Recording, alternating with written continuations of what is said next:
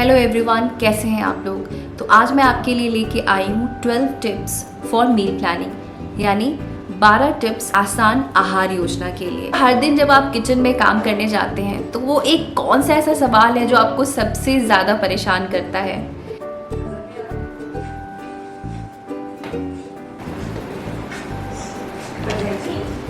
इसका जवाब मैं आपको दे देती हूँ।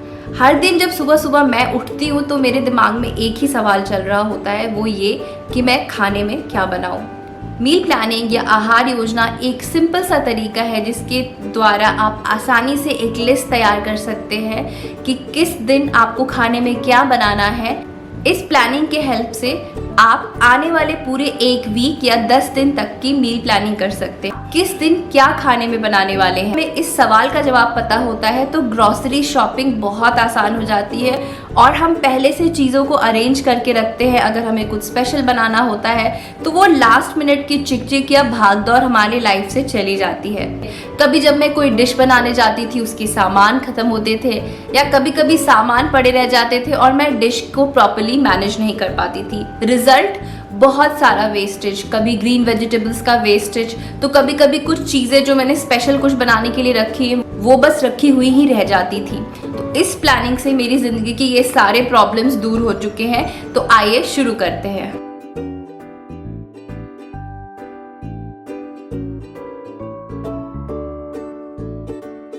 नंबर 1 है कि सबसे पहले एक प्रॉपर डायरी और पेन ले और जो भी चीजें आपको वीक के लिए बनानी है उसे लिखना शुरू करें।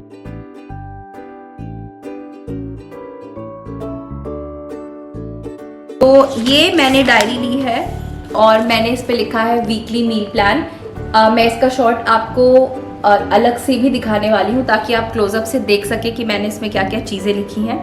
आपको शुरुआत ऐसे करनी चाहिए कि अगर आपको अगली कमिंग वीक की प्लानिंग करनी है तो you should start on Friday और अ थर्सडे। आप बैठकर एक डायरी, पेपर, पेन ले और उसके अंदर कॉलम्स बनाएं। सबसे पहले आपको बनाना है वीकली कॉलम और उसके बाद आपको जितने मील्स हम खाते हैं जैसे कि ब्रेकफास्ट, लंच और डिनर, और अगर आप स्नैक्स ऐड करना चाहते हैं तो आप स्नैक्स का भी कॉलम ऐड कर सकते हैं। Monday, Tuesday, Wednesday, Thursday, Friday, Saturday, इस तरीके से आप सारी चीज़ों को लिख लें। इसका क्लोजअप मैं आपको अभी दिखाऊंगी। तो ये देखिए मैंने कैटेगराइजेशन की है ब्रेकफास्ट, लंच और डिनर में, और Monday, Tuesday, Wednesday, Thursday, Friday, Saturday और संडे, इस तरह से मैंने पूरे वीक की एक रो और कॉलम में मैंने एक लिस्ट बना ली है। अब इसके अंदर मुझे एंट्री करनी है कि मुझे कब क्या बनाना है।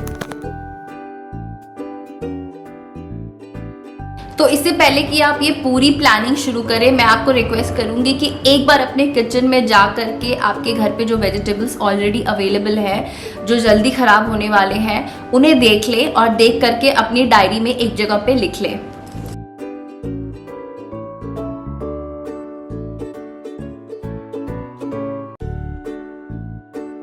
मैंने इस तरह से ये सारी लिस्ट बना ली है।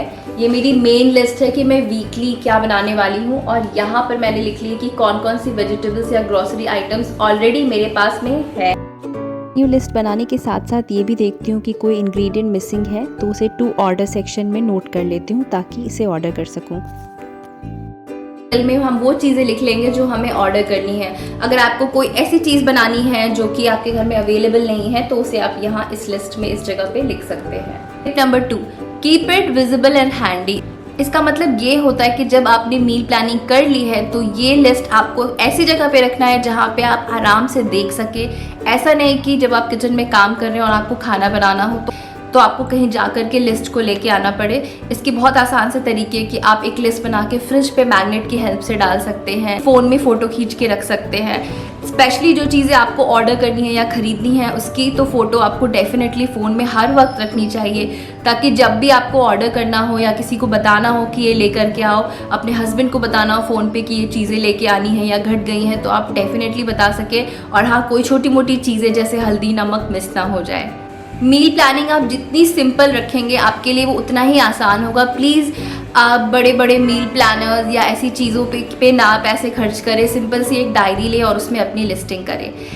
मेरी नेक्स्ट टिप है कैटेगराइजेशन। तो मेरे साथ में कई बार प्रॉब्लम ये होती थी कि मैं बार बार अगर भिंडी बना रही हूँ तो भिंडी ही बनाते जा रही हूँ, अगर मैं लौकी बना रही हूँ तो लौकी बनाते जा रही हूँ, और मुझे ध्यान में ही नहीं आता था कि किसी और वेजिटेबल का सीज़न है तो मैं वो भी ऑर्डर कर लूँ या थोड़ी सी वैरायटी इंक्लूड कर लूँ। इनफैक्ट कई बार इसका असर हमारे न्यूट्रिशन पे भी पड़ता है, क्योंकि हम कई बार बहुत सारी हेल्दी ऑप्शंस जो उस सीज़न में अवेलेबल होते हैं वो हम भूल जाते हैं ऑर्डर करना, क्योंकि हम बैक टू बैक इतने ऑक्यूपाइड होते हैं घर के काम में, खाना बनाने में, लंचेस भेजने में, घर की सारी सफाई करने में, कि हम भूल जाते हैं कि कुछ न्यूट्रिशनल चीज़ें हैं उस पर्टिकुलर सीज़न की जो हमें अपने खाने में, अपने फैमिली मेम्बर्स के खाने में इंक्लूड करना ही चाहिए। इसलिए मेरी नेक्स्ट टिप है कैटेगराइजेशन। तो मैं एक लिस्ट बनाती हूँ जो कि मैं अभी आपको नेक्स्ट सीन में इसका क्लोजअप दिखा दूंगी। मैं वेजिटेबल, फ्रूट्स और दाल के सारे ऑप्शंस लिख लेती हूँ जो उस सीज़न में अवेलेबल होती है। पर विंटर स्पेसिफिक बहुत सारे वेजिटेबल्स होते हैं, तो अगर विंटर होता है तो मैंने सेक्शन में लिख लेती हूँ कॉलीफ्लावर, मेथी एट्सेट्रा, जो भी विंटर सीजन में अवेलेबल होता है वो मैं वेजिटेबल सेक्शन में लिख लेती हूँ। या फिर समर्स है तो जो जो वेजिटेबल ऑप्शंस अवेलेबल है मैं वो सारे लिख लेती हूँ। जैसे कि आप देख सकते हैं यहाँ एक वेजिटेबल सेक्शन है, इसमें मैंने सारे वेजिटेबल्स जो मैं जानती हूँ उनके लिस्ट लिख लिए हैं। फॉर एग्जाम्पल लौकी, भिंडी, तोरी और बहुत सारी चीज़ें जो मैं भूल जाती हूँ जो ऑप्शंस होते हैं, जैसे कि पम्पकिन, पालक, मेथी, ब्रिंजल, पीज, ये सारी चीज़ें अगर हम लिख के रखते हैं तो हम इन्हें ऑर्डर करना बिल्कुल नहीं भूलते। सिमिलरली मैं दाल में भी सारे वैरायटीज़ लिख लेती हूँ ताकि मैं दाल रोटेट कर कर के बना सकूँ, सारी तरीके के जो इंटरेस्टिंग दाल होते हैं वो सारी रेसिपीज़ ट्राई कर सकूँ। तो मैंने दाल में जैसे चना, राजमा, दाल मखनी। तो यहाँ पे मैंने पूरी कैटेगरी लिस्ट बना रखी है। अगर आप देखेंगे तो वेजिटेबल्स में मैंने बहुत सारे वेजिटेबल्स के नेम लिख रखे हैं, जैसे लौकी, भिंडी, तोरी,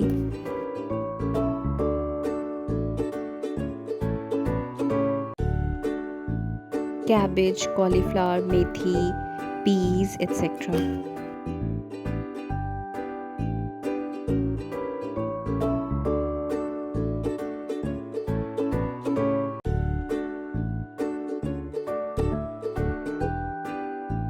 इसी तरह से स्नैक्स के लिए जो इवनिंग स्नैक्स है उनकी भी पूरी कैटेगरी बना के रख सकते हैं आप। उनमें ड्राई फ्रूट्स लिख सकते हैं, उनमें आप पफ्ड राइस लिख सकते हैं, पोहे लिख सकते हैं। ये सारी लिस्ट जब आपके पास में होती है तो बहुत आसान हो जाता है ऑर्डर करना या फिर इन्हें बनाना।